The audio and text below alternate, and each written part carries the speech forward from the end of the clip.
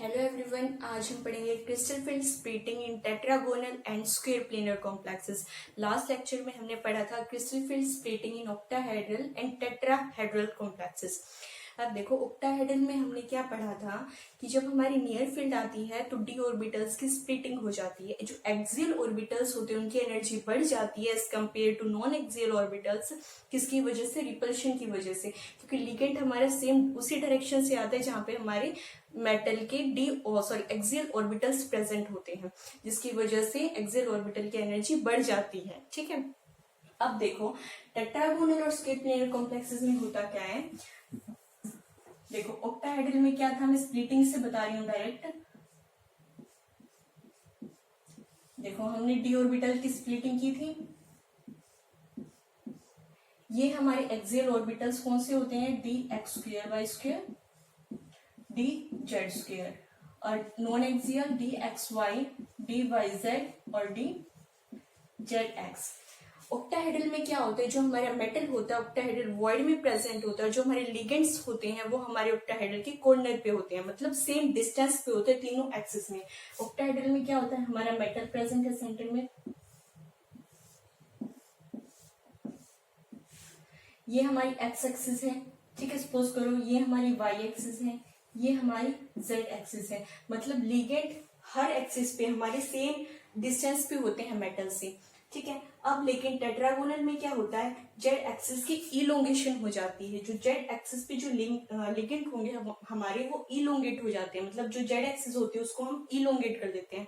Elongate होने की वजह से, अब देखो ये तो ऑक्टाहेड्रल है, टेट्रागोनल में क्या होता है, जो हमारी जेड एक्सिस है ये इलोंगेट हो जाती है।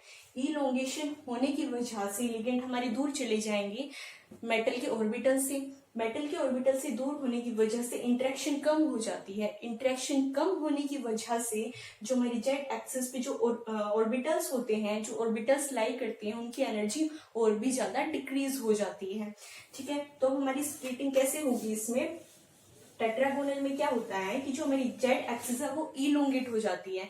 इलोंगेशन होने की वजह से जो ऑर्बिटल्स हमारे जेड एक्सिस पे लाई करते हैं उनके बीच की इंटरेक्शन कम हो जाती है। इंटरेक्शन कम होने की वजह से एनर्जी और भी ज्यादा डिक्रीज हो जाती है।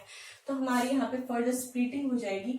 एक्स स्क्वायर वाई स्क्वायर की एनर्जी तो इंक्रीज हो जाएगी, लेकिन जो हमारे जेड स्क्वायर होगा उसकी एनर्जी डिक्रीज हो जाएगी, क्योंकि वो हमारा जेड एक्सिस पे लाई करता है और वो बहुत ज्यादा दूर चला जाता है मेटल के ऑर्बिटल से, जिसकी वजह से इंटरेक्शन कम हो जाती है। और इंटरेक्शन कम होने की वजह से इसकी एनर्जी डिक्रीज हो जाती है। सेम केस हमारे नॉन एक्सियल में होगा। जो जेड डायरेक्शन में होते हैं उनकी एनर्जी हमारी डिक्रीज हो जाती है।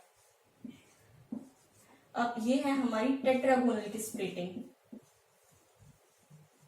या हम कह सकते हैं टेट्रागोनल इलोंगेशन। ठीक है, अब स्क्वायर प्लेनर में क्या होता है, देखो हमने क्या पढ़ा, टेट्रागोनल में जेड एक्सिस जो है इलोंगेट हो जाती है। इलोंगेशन होते होते हमारी जो बॉन्डिंग है मेटल की और लिगेंड की जेड एक्सिस में, देखो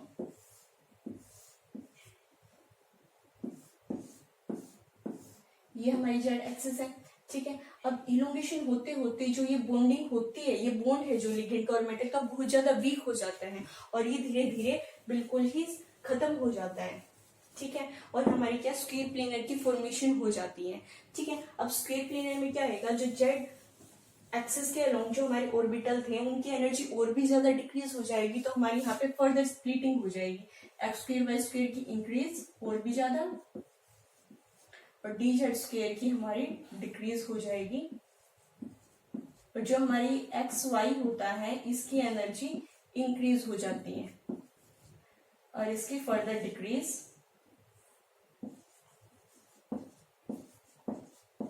ये हमारी स्क्वायर प्लेनर की स्प्लिटिंग,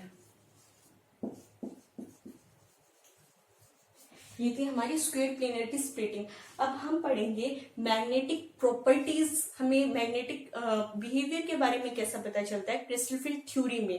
ठीक है, नेक्स्ट टॉपिक हमारा मैग्नेटिक बिहेवियर को हम कैसे डिटरमाइन करेंगे। जब हमने ऑक्टाहेड्रल की स्प्लिटिंग पढ़ी थी तो हमने देखा था D4 की जब बारी आती है हमारी फिलिंग करते हैं हम, तब क्रिस्टल फील्ड स्टेबलाइजेशन एनर्जी निकालते हैं। देखो हमने क्या पढ़ा था, ऑक्टाहेड्रल में तब हमने D4 की splitting crystal field stabilization energy निकाली थी। तो हमने कैसे निकाली थी, हमारे पास दो पॉसिबिलिटीज अराइज हुई थी। एक तो ये दो पॉसिबिलिटीज थी हमारे पास, ये क्या हमारा Eg ऑर्बिटल, ये क्या हमारा T2G ऑर्बिटल। हमारे पास D4 में दो पॉसिबिलिटीज अराइज हुई थी, या तो हमारी क्या हो सकती थी पेयरिंग, या फिर हमारा इलेक्ट्रॉन एक्साइट होके ऊपर वाले ऑर्बिटल में जा सकता था। ठीक है, हमने क्या पढ़ा, अब यहाँ से हम डिटरमाइन करेंगे हमारा मैग्नेटिक बिहेवियर, मतलब कौन से हमारे पैरामैग्नेटिक होंगे और कौन हमारा डायामैग्नेटिक होगा। वो कैसे पता करेंगे हम, देखो अगर हमारे जितने भी ऑर्बिटल हैं सारे कंप्लीटली फिल्ड हैं, मतलब पेयर्ड हैं, तो वो क्या होंगे, डायामैग्नेटिक।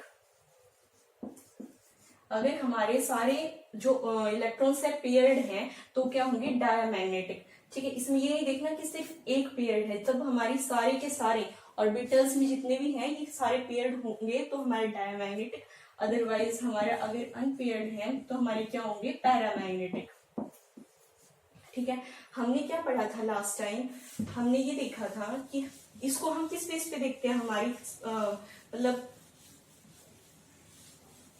इलेक्ट्रॉन्स जो है ऊपर वाले ऑर्बिटल में एक्साइट होंगे या फिर पेयरिंग होगी, ये हमने किस बेस पे देखा था कि हमारी जो क्रिस्टल फील्ड स्प्लिटिंग का मैग्नीट्यूड है वो अगर ग्रेटर देन पेयरिंग एनर्जी है तो हमारे पास क्या आती है, स्ट्रॉन्ग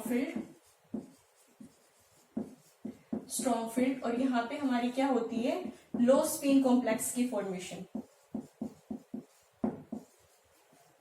और ये क्या होते हैं, हमारे पेयरिंग करवाते हैं। ठीक है, पेयरिंग में हमें ध्यान दें, जहां पे हमारे कंप्लीट पेयर्ड होंगे ऑर्बिटल वो क्या हो जाएंगे, हमारे कंप्लीट पेयर्ड होंगे वो क्या हो जाएंगे, हमारे डायामैग्नेटिक। ठीक है, हमें ये नहीं देखना है, जैसे हमारे T2G ऑर्बिटल है, ये हमारा T2G ऑर्बिटल है। ठीक है, अगर मेरा एक जो ऑर्बिटल है वो कंप्लीटली पेयर्ड है, उसमें इलेक्ट्रॉन्स और बाकी में नहीं है, तो ये हमारा क्या हो जाएगा, पैरामैग्नेटिक। हमें ये देखना है कि उसके तीनों के तीनों ऑर्बिटल्स में जो इलेक्ट्रॉन्स है वो पेयर्ड होने चाहिए, तब हमारा वो डायामैग्नेटिक होगा।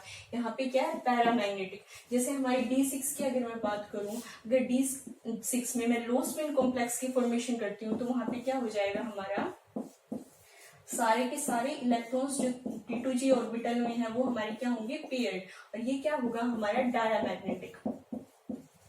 ठीक है, ऐसे हम पता करेंगे मैग्नेटिक बिहेवियर। ठीक है, अब क्वेश्चन राइज होता है कि हमें कैसे पता चलेगा कि कौन से कॉम्प्लेक्सेस में हमारी जो क्रिस्टल फील्ड स्प्लिटिंग है वो कम है पेयरिंग एनर्जी से, कौन से कॉम्प्लेक्सेस में हमें पता चलेगा कि ये ज्यादा है, हमें कैसे पता चलेगा कि पेयरिंग होगी या नहीं होगी, ये चीज हम कहाँ से देखेंगे। ठीक है, अब सपोज कर लो, मैं एक एग्जाम्पल से बताती हूँ आपको। हम एक एग्जाम्पल करते हैं।